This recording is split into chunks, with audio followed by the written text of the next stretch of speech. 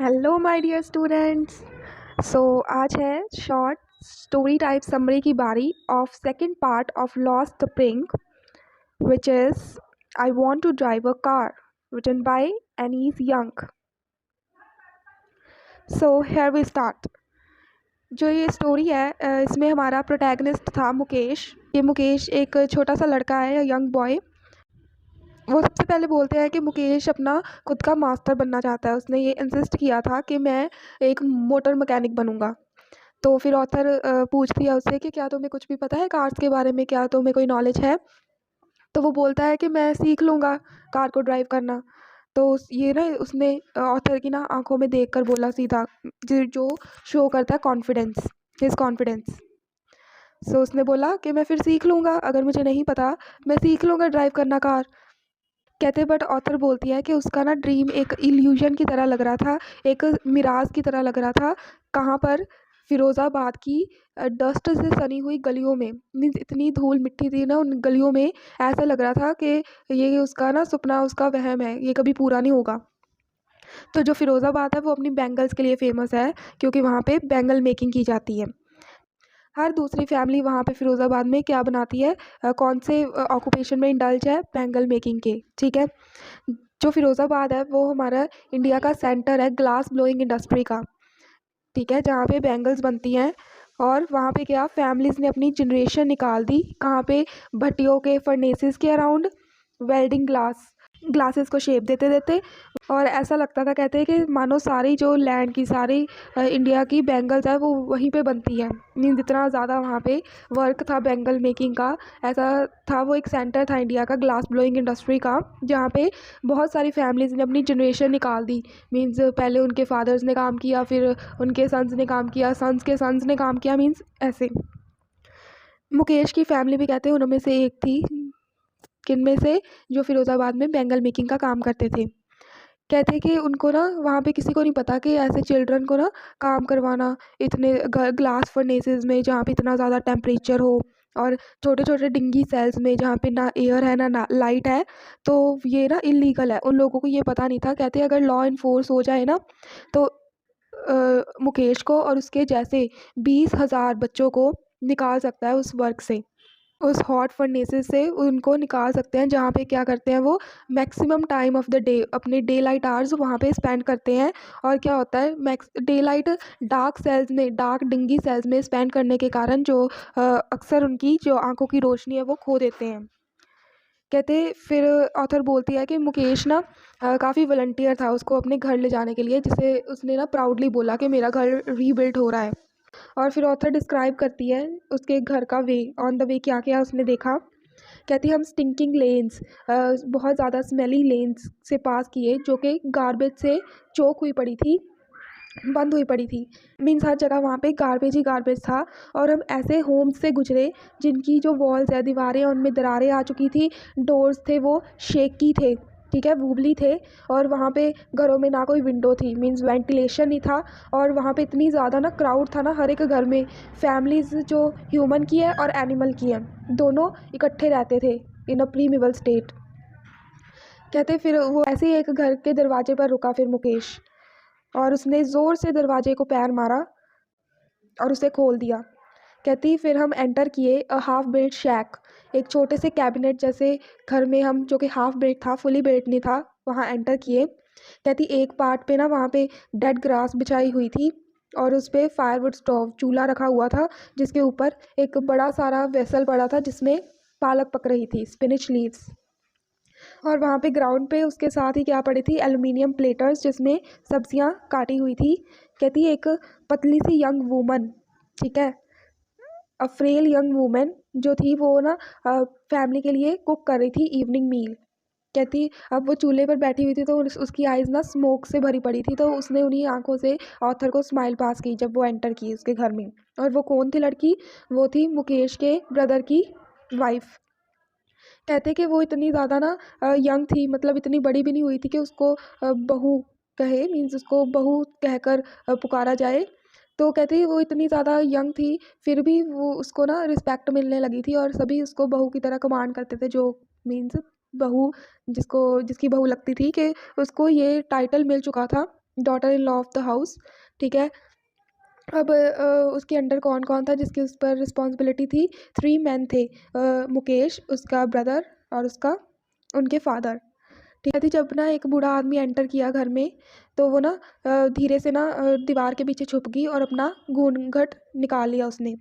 कहते कि पता ही है हमें, ऐसा कस्टम है इंडिया में कि मेल एल्डर्स के सामने जो बहुएं होती हैं, डॉटर इन लॉज होती हैं, उनको घूंघट निकाल के रखना पड़ता है।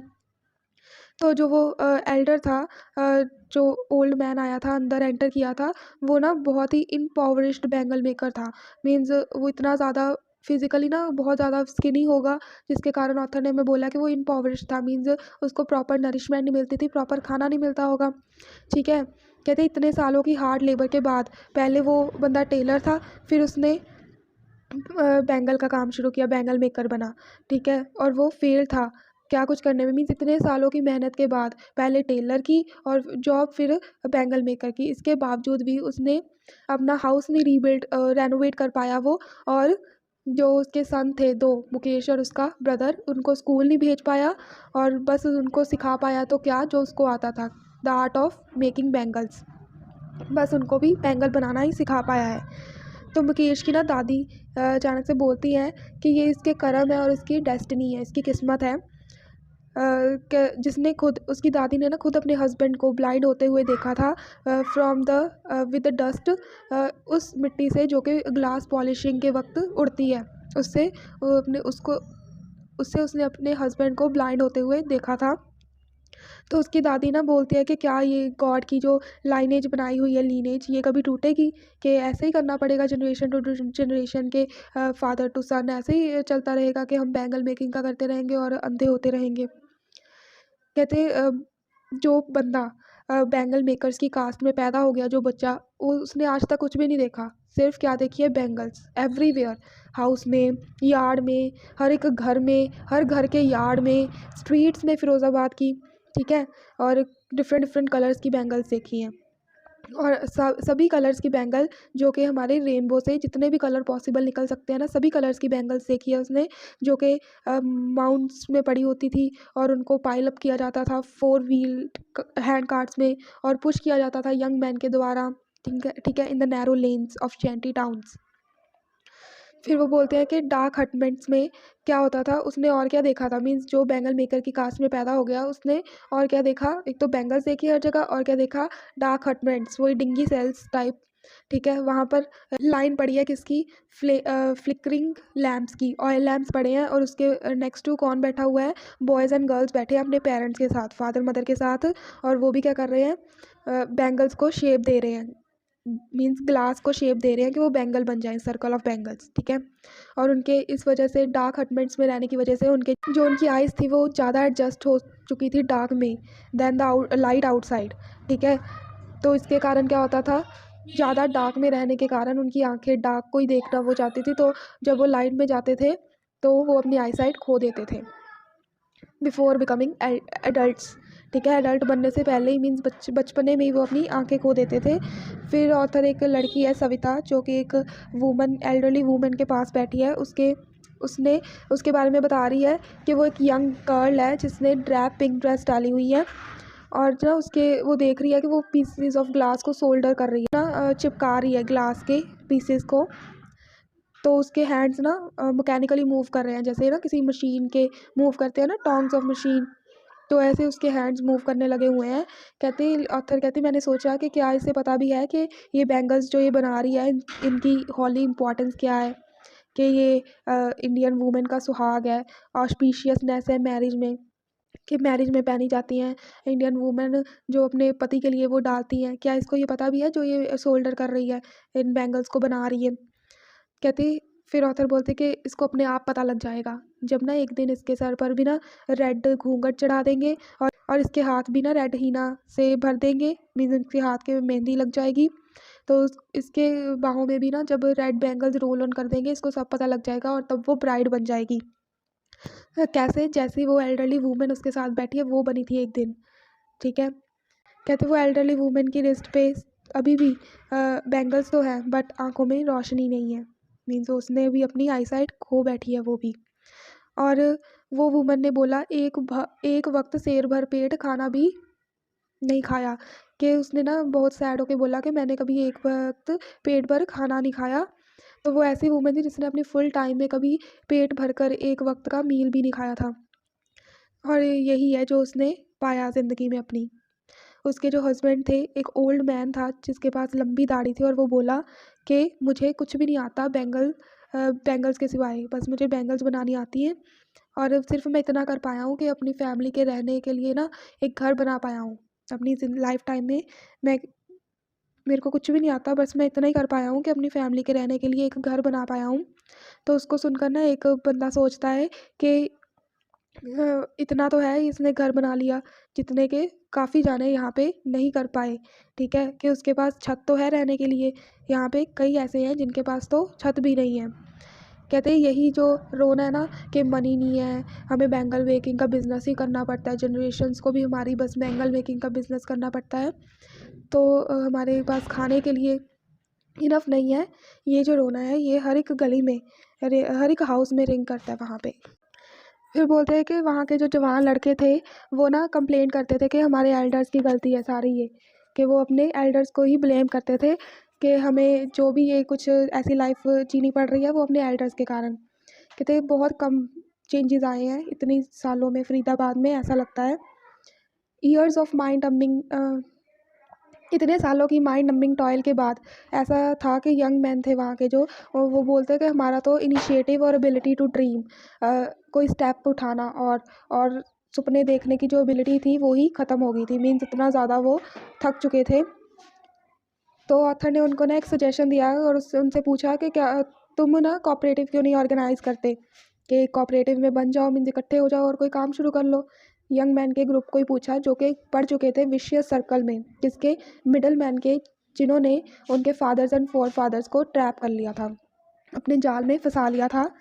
तो वो बोलते हैं कि अगर हम ऑर्गेनाइज हो भी जाए ना तो हम ही वो लोग होंगे जो पुलिस के द्वारा पकड़े जाएंगे, मारे जाएंगे और जेल में खसीरे जाएंगे। ठीक है, किसके लिए? कि हमने कुछ इलीगल किया है, क्योंकि हम जो है वो पुअर पीपल है और हमारी बात कोई सुनेगा नहीं, उनको लगेगा हम कुछ इलीगल कर रहे हैं। तो अगर हम ऑर्गेनाइज हो भी गए कोऑपरेटिव में तो हम ही लोग होंगे जिनको पुलिस पकड़ेगी और जेल में बंद कर देगी। ऑथर बताती है कि उनमें ना कोई लीडर नहीं था, कि कोई नहीं ऐसा था जो उनको ना चीज़ें अलग तरह से दिखा सके, मीन्स उनका पर्सपेक्टिव चेंज कर सके। जो उनके फादर थे ना वो भी उतने ही टायर्ड थे जितने वो लड़के टायर्ड थे, कि सभी इतने थक चुके थे, बस कहते थे कि कोई स्टेप नहीं उठाना हमने, जो है चलने दो, जैसा है लाइफ गुजारने दो। कहते वो ना सभी लोग यही बातें करते हैं, एक नेवर एंडिंग स्पायरल में ना वो एक यही बातें करते थे, from poverty to apathy to greed to injustice. Means उनके पास यही बातें थी, गरीबी की, लालच की, ठीक है, इनजस्टिस की। कहती उनको सुनने के बाद ना मैंने दो डिफरेंट वर्ल्ड्स देखे। एक तो वो फैमिली जो पॉवर्टी के जाल में फंसी हुई है और उनके ऊपर बर्डन है अपनी कास्ट का जिसमें वो पैदा हुए हैं, कि उनके पास कोई चारा नहीं है, वो गरीब है, उनको बैंगल मेकिंग का ही काम करना पड़ेगा कैरी ऑन आगे। और कहती दूसरा है एक विशियस सर्कल, किसका? शाहूकार का, जो लैंडलॉर्ड्स हैं वहाँ पे, जो बड़े बड़े आदमी हैं, मिडल मैन है, पुलिस मैन है, keepers of law and bureaucrats and politicians हैं, इनका विशियस सर्कल है वहाँ पे एक। और इन सब ने मिलकर क्या किया है, एक बच्चे पर बैगेज इम्पोज किया है, एक बच्चे पर भार डाल दिया जिसको वो कभी नहीं नीचे उतार सकता। इससे पहले कि जब वो अवेयर हो इन सब चीज़ों के बारे में कि अच्छा हम ऐसे ट्रैप में फंसे हुए हैं, कि वो ना एक्सेप्ट कर लेते हैं। जब तक उन्हें पता लगता है ना कि वो अवेयर होते हैं इन सब चीज़ों के बारे में, वो तब तक एक्सेप्ट कर चुके होते हैं। कहते हैं यहाँ पे कुछ भी अलग करना, कुछ और करना, ऐसा लगता था जैसे डेयर करने के बराबर था मानो, और डेयरिंग जो है वो जीने का पार्ट नहीं है। तो ना ऑथर सोचती है, जब उसने ये चीज़ मुकेश में सेंस की थी कि उसमें है थोड़ा डेयर करने की हिम्मत है, तो फिर वो ना चीयर अप हो जाती है, खुश हो जाती है, और मुकेश फिर से बोलता है कि मैं मोटर मैकेनिक बनना चाहता हूँ और मैं गैरेज जाऊँगा सीखने के लिए। बट गैरेज तो जो था वो उसके घर के बहुत दूर था, बट फिर भी वो बोलता है कि मैं फिर चल कर जाऊँगा। तो ऑथर उसको ना पूछती है कि क्या तुम्हारा कभी ये भी ड्रीम रहा है कि तुम प्लेन को उड़ाओ? तो वो ना एकदम से चुप हो जाता है, कहता है नहीं, और वो ग्राउंड की तरफ देखने लग जाता है। उसके ना थोड़े उसके नहीं में थोड़ी एम्बैरेसमेंट ज़रूर थी, बट उसकी ये एम्बैरेसमेंट थी वो रिपेंटेंस, रिग्रेट में अभी बदली नहीं थी। क्योंकि वो सेटिस्फाइड था अपने कार के ड्रीम्स के कारण, बिकॉज़ वो इतना ज़्यादा मतलब डेडिकेटेड था, इतना फुली फोकस था ना अपने ये ड्रीम को लेकर के, नहीं अगर मैंने मोटर मैकेनिक बनना है, कार चलानी सीखनी है तो ये मैं करके रहूँगा। और जो उसकी ये एम्बैरेसमेंट थी बट वो रिग्रेट में क्यों नहीं बदली, क्योंकि अगर वो उसने ऑफ कोर्स सोचा होगा कि वो कंटेंट था, वो सेटिस्फाइड था अपने कार के ड्रीम से, बट क्या पता आगे वो ये चीज़ कर पाए। एंडिंग है कि कुछ एयरप्लेन्स है वो फिरोज़ाबाद के ऊपर से फ्लाई करते हैं। सो विद दिस हमारी शॉर्ट स्टोरी टाइप समरी भी ख़त्म हो गई, और काफ़ी इंटरेस्टिंग चैप्टर था। पुअर बच्चों की थोड़ी ना माइंडसेट के बारे में भी बताया गया यहाँ पे, और ऐसा बताया गया कि कैसे उनको ना पॉवर्टी के कारण क्या प्रॉब्लम्स फेस करनी पड़ती हैं। तो यहीं पे ना हमारी ये लाइन आती थी, here she analyses the grinding poverty and traditions which condemns these children to the life of exploitation. ये चीज़ ना मैं आपको अलग से एक शॉर्ट वीडियो में बताऊंगी। सो ये चैप्टर को ना अच्छी तरह से पढ़ना, और जैसे कि मैंने आपको टिप क्या दी थी कि पार्ट्स करके पढ़ना। Part 1 is sometimes I find a rupee in the garbage, and second part is I want to drive a car.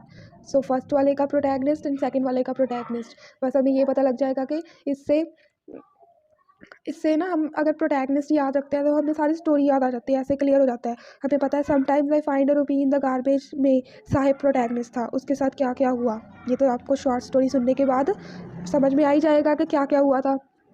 और जो मुकेश था सेकंड पार्ट का प्रोटैगनिस्ट, उसके साथ क्या क्या हुआ था, ये भी ना एक वीडियो बनाऊंगी, ठीक है। मैं नेक्स्ट वीडियो यही आएगी कि मैं बताऊंगी कि पार्ट 1 और पार्ट 2 में बिल्कुल शॉर्ट में क्या क्या हुआ था।